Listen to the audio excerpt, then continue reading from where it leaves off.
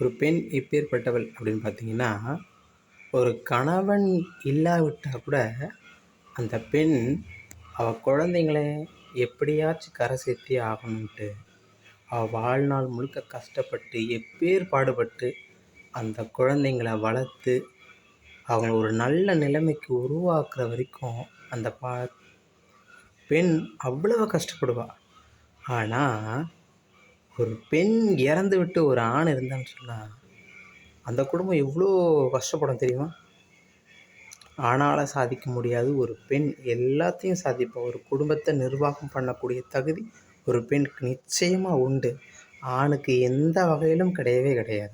அவன் நிர்வாகம் பண்ணுறதுக்கு சம்பாரித்து கொடுக்க மட்டும் தான் தெரியுமே தவிர, மற்றபடி ஒரு பெண்ணால் மட்டும்தான் அந்த குடும்பத்தை நிலை நிறுத்தி உருவாக்கக்கூடிய தகுதி யாருக்கு உள்ளதுன்னா பெண்ணுக்கு மட்டும்தான்.